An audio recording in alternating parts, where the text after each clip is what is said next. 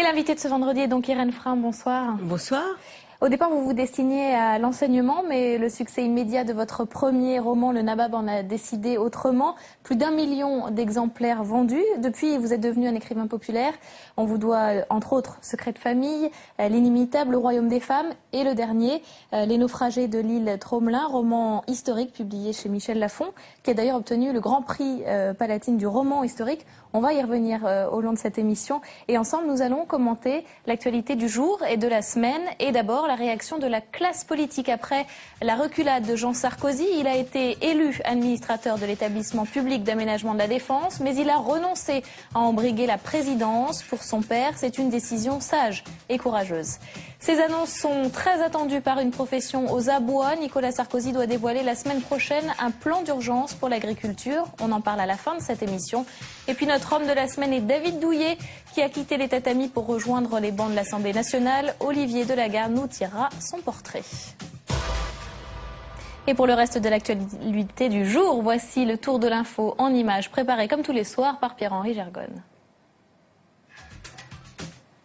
Fini du procès Clearstream, le jugement a été mis en délibéré le 28 janvier et cette ultime déclaration de Dominique de Villepin après 3 semaines d'un procès parfois confus. L'ancien Premier ministre veut tourner la page et tend la main à Nicolas Sarkozy. Je veux tourner la page et je veux regarder vers l'avenir.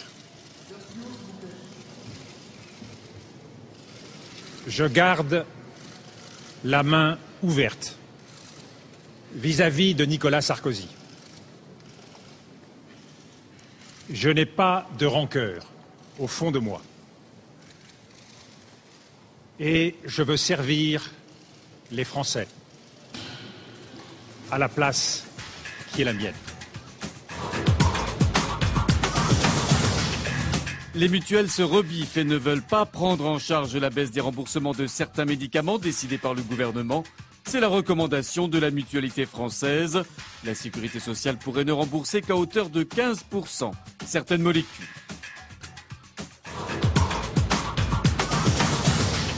Une taxe sur les banques, l'Assemblée nationale l'a votée, mais c'était une erreur. 2 députés de l'UMP se sont trompés de bouton.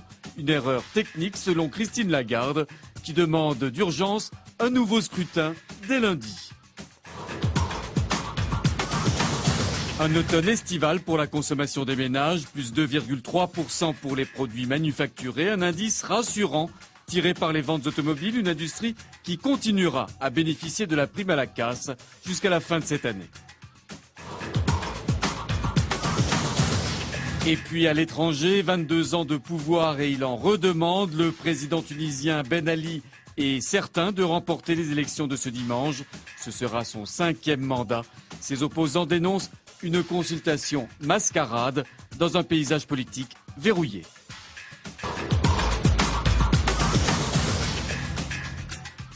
Alors Irène Frein, on commente ensemble l'actualité du jour et de la semaine. Qu'est-ce que vous retirez du procès Clearstream? Est-ce que c'est seulement une haine entre 2 hommes politiques?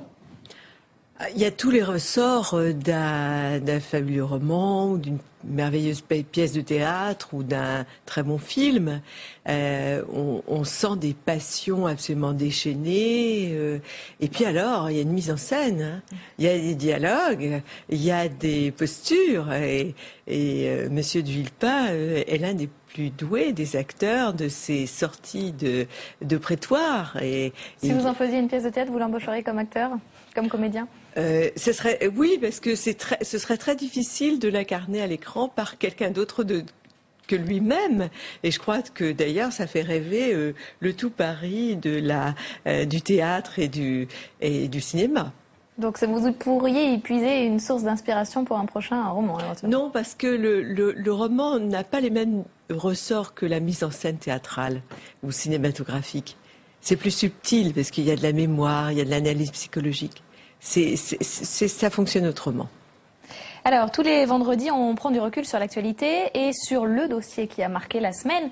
Cette semaine, impossible d'échapper au 2e acte du feuilleton Jean Sarkozy. Après 2 semaines d'une polémique qui a largement dépassé les frontières de la France, coup de théâtre, le fils du chef de l'État renonce à devenir président de l'EHPAD. Il ne sera que simple administrateur. Pierre Bonjoseph refait le film pour nous. Dimanche soir, l'élection de David Douillet dans la 12e circonscription des Yvelines à Poissy redonne de l'air à la majorité. Cette élection a été gagnée. C'est une réponse à tous ceux qui, en se levant le matin, se demandent comment ils vont essayer de gêner l'action du président de la République. Mercredi, la polémique ne retombe pas. D'une semaine à l'autre, Laurent Fabius promène sur les ondes son ironie. Monsieur qui avait été nommé à la tête de la télévision, qui s'appelait Monsieur Han, H-A-N. Et Edgar Faure disait, il dodotait un petit peu, Monsieur Han a deux caractéristiques. D'une part, il est d'origine chinoise, et d'autre part, il est militant du RPR. Et je ne crois pas qu'il ait été nommé parce qu'il est d'origine chinoise. Mercredi toujours, la droite riposte et dénonce la candidature d'une certaine Marie Beauvais aux élections régionales dans l'Aquitaine. Un parallèle que la principale intéressée conteste. Jeudi, la pression monte encore d'un cran et elle vient de l'étranger. Dans son éditorial, le New York Times évoque l'affaire et déclare « Le jeune Sarkozy n'est pas le bon candidat pour le poste ». Je serai candidat au poste d'administrateur de l'EHPAD devant l'Assemblée départementale. Mais si je suis élu, je ne briguerai pas la présidence de cet établissement public. Fragilisé, Jean Sarkozy fait machine arrière et il dit en avoir parlé avec son père. L'Élysée qui a les yeux rivés sur les mauvais sondages qui s'accumulent. Premier à réagir, le parrain de Jean Sarkozy. Ça a certainement été difficile pour lui, mais c'est courageux de sa part. Et surtout, je crois que cela témoigne d'une très grande maturité. Maturité, le mot est repris en boucle toute la soirée par la majorité. Ce retrait ne doit pas être perçu par l'opinion publique comme un échec. Je pense que c'est une épreuve pour le fils. Et pour le père, c'est un échec qui le poursuivra encore longtemps parce que la passion des Français par rapport à l'égalité reste très forte. Ce soir, Nicolas Sarkozy a réagi sur Facebook et se dit fier des choix de son fils. Alors Irène Frein, est-ce que vous pensez que Jean Sarkozy a eu raison de renoncer à la présidence de l'EHPAD ?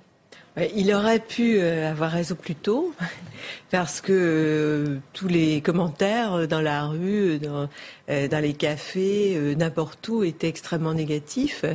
Ce que je dirais, c'est qu'il y a quand même une sagesse des nations, un bon sens, un sens commun, qui est qu'il ne faut jamais brûler les étapes trop vite et respecter les aînés. Et s'il y a comme ça, une réaction épidermique, c'est parce que, je crois, toutes les sociétés fonctionnent dans le monde entier avec l'idée que, eh bien, il faut passer des stades d'apprentissage, d'initiation. Ça se mérite. Et ça se mérite, et c'est pour tout le monde, dans toutes les professions et dans tous les milieux et je dirais dans toutes les civilisations. Et la deuxième chose, c'est que la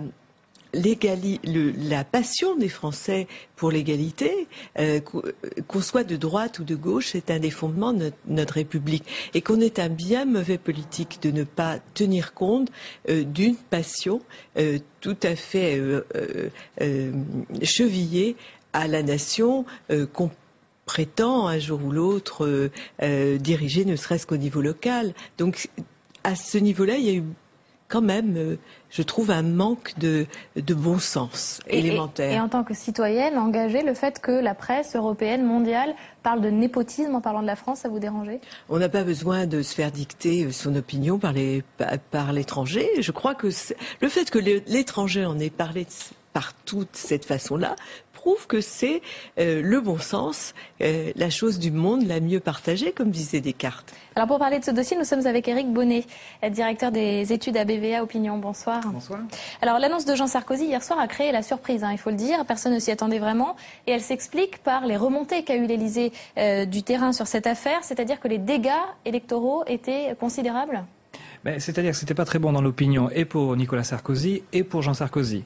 Pour Nicolas Sarkozy, sa popularité commence à baisser, avant même cette affaire, avant l'affaire Mitterrand, pour des raisons plus structurelles, la crise, le chômage, etc. Il y a peut-être un doute qui s'installe dans l'opinion sur sa capacité à résoudre ces problèmes. On sait que sa popularité, fondamentalement, elle repose sur la capacité à résoudre les problèmes selon les Français. Mais c'est vrai que cette affaire Sarkozy n'a pas arrangé les choses dans la mesure où ça a, comment dirais-je, renforcé l'argument souvent émis à l'encontre de M. Sarkozy, selon laquelle il serait en train d'instituer une sorte d'État Sarkozy, comme Mitterrand parlait de l'État RPR quand il parlait de Jacques Chirac.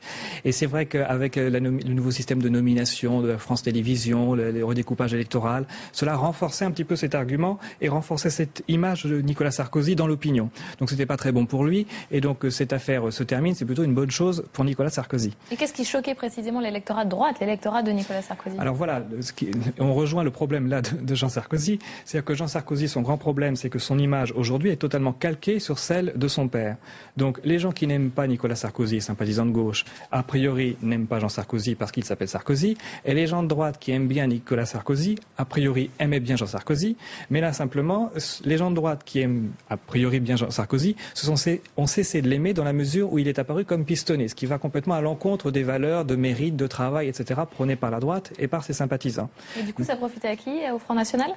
Je ne sais pas si ça profite encore au Front National, ça je pense que c'est encore un peu tôt pour le dire, mais en tout cas on sait que ça nuit à Jean Sarkozy puisqu'il perd le soutien et des sympathisants de gauche et d'une partie des sympathisants de droite, donc il reste plus grand monde.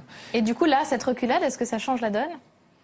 Cette reculade, oui, c'est-à-dire que face à cette situation, il a deux objectifs absolument à atteindre. D'une part, absolument lutter contre ce soupçon du piston, et c'est vrai que cette décision s'inscrit totalement dans cette perspective, et je pense était indispensable pour lui, parce que c'est vraiment un des objectifs qu'il doit avoir toujours en tête, c'est lutter contre ce soupçon de piston qu'on va forcément lui faire en permanence. Et puis, deuxièmement, il faut qu'il recherche à être jugé sur lui-même et non pas seulement sur son nom. Et être jugé sur lui-même, c'est être jugé sur ses actes et sur sa personne. Donc là, avec le temps, au fur et à mesure qu'il fera des campagnes, qu'il prendra position, etc., il pourra être jugé sur lui. Pour l'instant, on ne sait pas trop ce qu'il a fait puisqu'il n'a pas eu le temps de faire grand-chose. Et puis, deuxièmement, il faut qu'il soit jugé sur sa personne elle-même. Or, c'est vrai que là, ça demande peut-être un travail de communication. Il a tendance, même encore hier, lorsqu'il s'exprime à la télévision, à reprendre des postures, des formules, des mots qui rappellent Nicolas Sarkozy. Et donc, si vous voulez, ça augmente encore cette idée cette fusion d'images entre Nicolas Sarkozy et son fils. Il faut qu'il se fasse son prénom, exactement. Et alors, pour parler de Nicolas Sarkozy cette fois, c'est la première fois qu'il recule face à la pression de l'opinion. Et ça, est-ce que ça ne va pas nuire encore à sa popularité ? Je vous dis, ça peut peut-être nuire dans les quelques jours qui viennent, dans les semaines qui viennent, mais je pense que ce n'est pas cette affaire-là qui est fondamentale sur sa popularité. La popularité de Nicolas Sarkozy, fondamentalement, ce sur quoi elle repose, c'est lorsqu'il réussit à donner confiance aux Français dans sa capacité à résoudre les problèmes sur ce qui les intéresse le plus. Aujourd'hui, c'est la croissance et le chômage. S'il réussit à redonner de nouveau confiance sur ces deux thèmes, sa popularité repartira et cette affaire n'aura été qu'épisodique. En revanche, s'il ne réussit pas à redonner confiance aux Français sur la croissance, le chômage, sa capacité à obtenir des résultats, à ce moment-là, c'est plus embêtant pour lui, oui. Et ça risque de traîner. Merci beaucoup Éric Bonnet d'être venu nous décrypter cette affaire. Éric Besson, Ramayad ou encore David Douillet, ces personnalités ont marqué la semaine. Voici les tops et les flops de Saveria Rojek.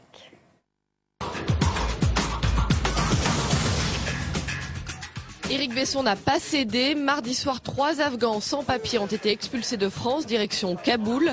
Un gage de fermeté à quelques mois des élections régionales. Martine Aubry parle de charter de la honte. Ségolène Royal en manque d'audimat. Le documentaire qui lui a été consacré sur France 2 est arrivé en dernière position des grandes chaînes généralistes. C'est même la 3e plus mauvaise audience de France 2 depuis la rentrée. Une candidature de plus en plus contestée, celle de Tony Blair à la tête de l'Europe. Des eurodéputés ont lancé une pétition pour l'empêcher d'accéder à la présidence du Conseil de l'Union. L'ancien Premier ministre britannique est considéré comme trop atlantiste et pas assez pro-européen. Un sérieux revers pour Fadela Amara. Selon un rapport dévoilé par le journal Le Monde, le plan banlieue est au point mort. Explosion du chômage, inefficacité des dispositifs. La secrétaire d'État à la ville a surtout vu son budget amputé de 10 millions d'euros. Semaine difficile pour Ramayad. Après les propos racistes d'une élue UMP sur son éventuel parachutage dans le Val d'Oise, c'est un discours de la secrétaire d'État au sport qui a été fraîchement accueilli par les députés. Celle qui reste la femme politique la plus populaire de France agace en tout cas de plus en plus au sein de sa propre majorité. Un accueil en grande pompe pour David Douillet, visite très officielle de l'Assemblée, standing ovation de ses collègues UMP dans l'hémicycle. Le tout nouveau député a ensuite été reçu à l'Élysée par Nicolas Sarkozy en personne. Bonsoir Olivier de Lagarde. Bonsoir Caroline. Alors justement, la personnalité qui vous inspire cette semaine, c'est ce petit nouveau à l'Assemblée nationale, David Douillet. Eh oui, élection succès de David Douillet, mais pas par hippon, par chaos, mais plutôt par coca, comme disent les judokas. Autrement dit, succès par le plus petit avantage possible. 52% des suffrages dans une circonscription où la droite fait habituellement 60%. Pas de quoi se rouler de joie sur le tatami. Et pourtant, au lendemain de cette victoire, la droite exulte. Pourquoi ? Eh bien, entre un Frédéric Mitterrand et ses bons baisers de Bangkok, entre un Jean Sarkozy, fils sans peur, mais maintenant sans défense, la droite est contente enfin de pouvoir passer à autre chose. Et la gauche maintenant, la gauche dont l'amertume semble, comment dire, un tantinet disproportionné. Pourquoi ? Eh bien, elle a l'impression que le match était finalement biaisé, que les deux adversaires ne combattaient pas dans la même catégorie. Douillet, avec sa ceinture noire et ses pièces jaunes, eh ben, il était super avantagé, parce que c'est un people. Alors, on peut entendre ça, s'inquiéter de cette nouvelle forme de la politique spectacle, pardon. Ce qui passe moins, en revanche, c'est l'idée, en France, que forcément, gros biscotto rime avec rien dans le ciboulot. Au pays de Châteaubriand, quand on est un sportif, on est forcément une andouille, pour pas dire un steak. Ségolène Royal disait et parlait de procès en cruchitude. Eh bien, c'est injuste. Est-ce qu'on est mieux placé quand on est prof, quand on est médecin ou quand on est fonctionnaire pour être représentant de la nation ? Est-ce que quand on a gagné 2 médailles d'or aux Jeux Olympiques, on n'a pas quelques qualités mentales et même intellectuelles ? En tout cas, une chose est sûre, aujourd'hui, bien plus qu'un autre, notre député poids lourd va devoir faire la preuve à l'Assemblée que politiquement, il n'est pas trop léger. Merci beaucoup Olivier. Et Rennes Frein, quelle est la personnalité que vous retenez, vous, cette semaine ? Écoutez, moi je pense surtout à la validation par le Conseil constitutionnel de la loi Hadopi II. Et donc, pour moi, ce demeure Frédéric Mitterrand, parce que c'est un ministre dont je suis absolument convaincue, qui défend les créateurs. Et nous autres écrivains, nous allons avoir besoin de lui, parce qu'il se profile à l'horizon le problème des livres numériques et des technologies numériques qui vont pouvoir permettre un piratage des œuvres immatérielles de l'esprit. Ça y est, c'est arrivé même, c'est plus près absolument. Et là, il va falloir montrer au créneau. N'oublions pas que le droit d'auteur est une création de la démocratie. C'est Beaumarchais, c'est la Révolution française. Or, si on supprime le droit d'auteur, on revient au fait du prince. C'est-à-dire que les auteurs vivaient en fonction du fait que le roi leur donnait une pension. Et comment obtenait-on les pensions ? En léchant les bottes du roi. Et donc j'aimerais attirer l'attention, et je pense que notre ministre en est très conscient, que précisément là, le droit d'auteur, c'est vraiment la démocratie. Et c'est sur ce combat-là, sur cette articulation-là, que va se faire le combat pour le droit d'auteur. Frédéric Mitterrand, donc votre personnalité toutes les semaines, cette semaine aussi. Oui, ça fait longtemps qu'on a, nous les créateurs, on n'a pas eu un ministre de la Culture qui était si sensible à toute la problématique de la vie matérielle des créateurs. Alors, cette semaine également, le Parti communiste a lancé sa web télé. Nathalie Kosciusko-Morizet, fraîchement rentrée de congé maternité, a encouragé les politiques à devenir des personnalités 2.0. La vie politique sur le web, c'est à voir avec Marie Brémaud. Mettre les parlementaires au régime web, c'est le but des formations dispensées en personne par la secrétaire d'État à l'économie numérique. Les élus sont encore peu nombreux à être actifs sur la toile via leur blog ou les réseaux sociaux. Nathalie Kosciusko-Morizet espère bien en convaincre un maximum et elle n'hésite pas à faire part de son expérience de ministre branchée. Il faut être offensif, il faut faire valoir ses points de vue et c'est comme ça qu'on existe vraiment sur Internet. Faire valoir son point de vue via sa web TV, c'est la révolution nette au Parti communiste qui a lancé en grande pompe cette semaine alternatv.fr. 15 milliards de nos impôts sont laissés chaque année en pourboire aux plus riches. L'ambition de cette web TV, en faire un média alternatif et participatif. Les militants et citoyens sont donc invités à envoyer leurs vidéos amateurs pour faire vivre le nouvel outil de communication du PC. Jean Sarkozy renonce à l'EHPAD et ce sont les habitués de Twitter qui sont les premiers informés. Avant même l'officialisation de cette décision par l'intéressé lui-même, l'info est déjà sur le site de microblogging. Depuis, des milliers de commentaires sont publiés. La conclusion de Grébert : Les citoyens ont eu raison avant tout le monde. Irène Frein, vous êtes quelqu'un bien sûr du papier, de l'écrit. Vous nous parliez des livres numériques qui menacent les écrivains. Est-ce que vous êtes une férue d'Internet ? Moi, vous savez, les outils ne me dérangent pas. J'ai été l'une des premières romancières en 84 à commencer à utiliser l'ordi pour écrire. Internet, j'y trouve de la documentation, mais j'ai été formée par l'université. Je suis universitaire, donc je sélectionne aussi de façon critique les informations. Alors, chaque semaine, nous demandons à notre invité d'honneur, vous en l'occurrence, d'amener un objet qui lui tient à cœur. Qu'est-ce que vous nous avez amené ? Je vous ai apporté un morceau de corail qui a certainement des centaines de milliers d'années et qui vient de l'île de Tromelin. Alors l'île de Tromelin, c'est la France. C'est la France de l'océan Indien. L'objet de votre dernier roman, donc. Oui, c'est 1 kilomètre carré. C'est un réservoir fabuleux de biodiversité. C'est un endroit où flotte le drapeau français, mais c'est aussi un morceau de l'histoire mondiale parce que à cause d'un naufrage qui a drossé à la côte des maîtres blancs et leurs esclaves noirs et d'une cohabitation commune, eh bien, certains de ces blancs ont vu naître sur cette île le sentiment très, très, très inhabituel à l'époque de fraternité. C'est-à-dire qu'ils sont aperçus qu'ils étaient des homo sapiens sapiens dans cette île pelée où il n'y avait d'autres mammifères qu'eux-mêmes. Et en dehors de ça, des oiseaux de mer et quelques tortues. Et les Noirs ont été abandonnés sur l'île. On est revenu les chercher 15 ans plus tard seulement. D'accord. Il restait 7 femmes et un enfant. Et ça a fait scandale. Et c'est de là qu'est née la première abolition de l'esclavage par la Convention en 1794. Comment vous est venue l'idée de raconter cette histoire incroyable ? Eh bien, il y avait eu des fouilles sur l'île. On m'avait contacté. Et j'ai eu accès à des archives qui avaient été collationnées. Je les ai lues, relues et interprétées. Et je me suis aperçue qu'il y avait une histoire extraordinaire à raconter. C'était celle de cette survie conjointe, qui n'est pas du tout un Koh-Lanta, qui est un Titanic du XVIIIe siècle, qui se transforme en véritable Yes, we can. Et alors, ce qui m'est arrivé d'extraordinaire, c'est que quand j'écrivais, au début, on ne parlait pas du tout d'Obama. Et j'ai terminé mon livre au moment où il était élu. Alors sur l'île, quand j'ai pu y aller, elle est très isolée, j'ai pu y aller grâce à un avion militaire. Il y a 2 météos qui vivent et 2 assistants météo.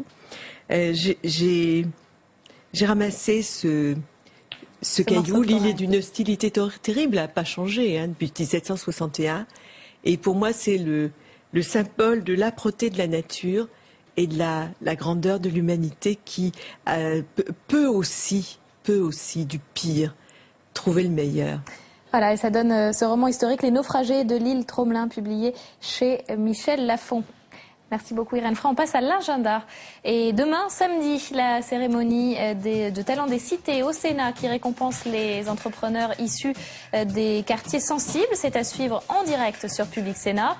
Mercredi, réunion des formations de la gauche radicale à Paris en prévision des élections régionales.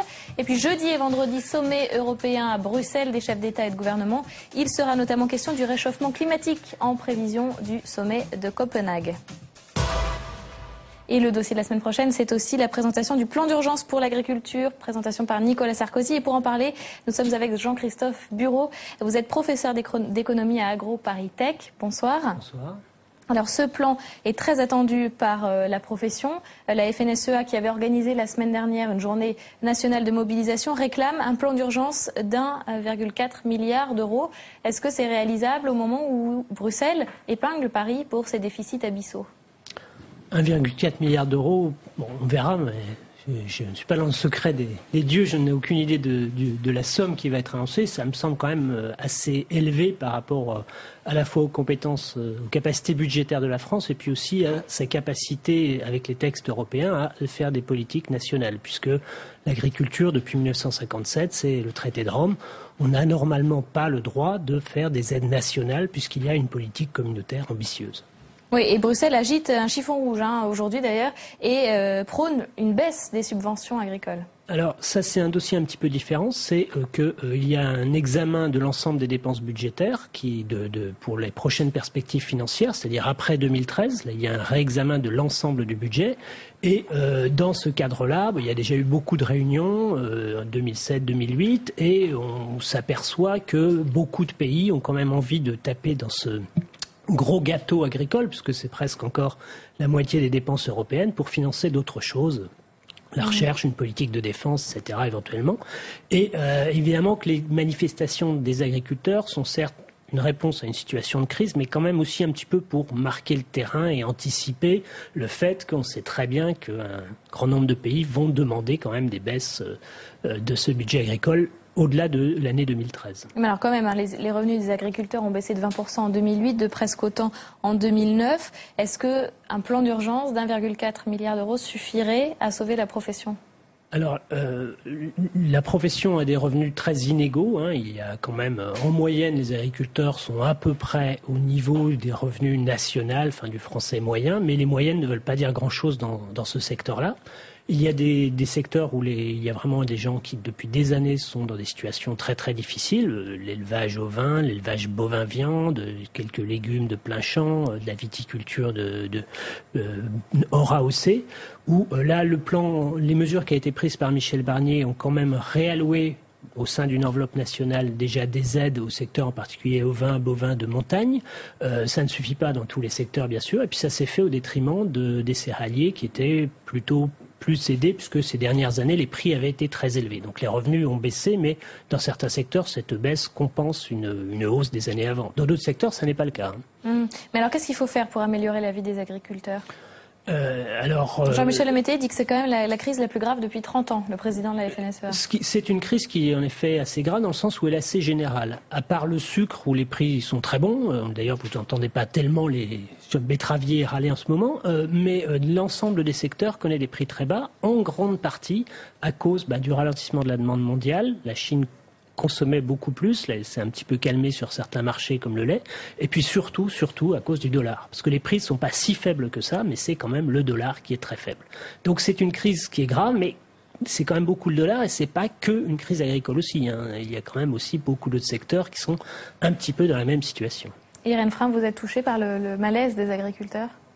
Plus que touchée, pour moi c'est assez emblématique de la collision entre une bureaucratie proliférante, une sorte de cancer bureaucratique, et puis de l'humanité, des gens qui travaillent là dans le paysage, dans la nature, même si cette agriculture est très industrialisée par moments, on voit des gens qui sont broyés. Et moi, c'est cette humanité broyée qui me meut beaucoup. Et c'est la même chose dans la pêche. Parce que c'est une humanité d'un certain type quand même, qui a rien à voir avec le monde des villes. Vous avez quand même un contact avec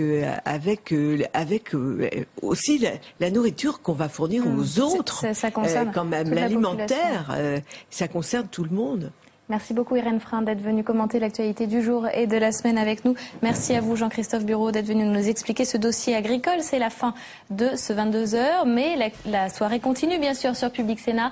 À suivre, Jean-Marie Colombani invite notamment Claude Allègre, l'ancien ministre de l'Éducation nationale. Excellente soirée.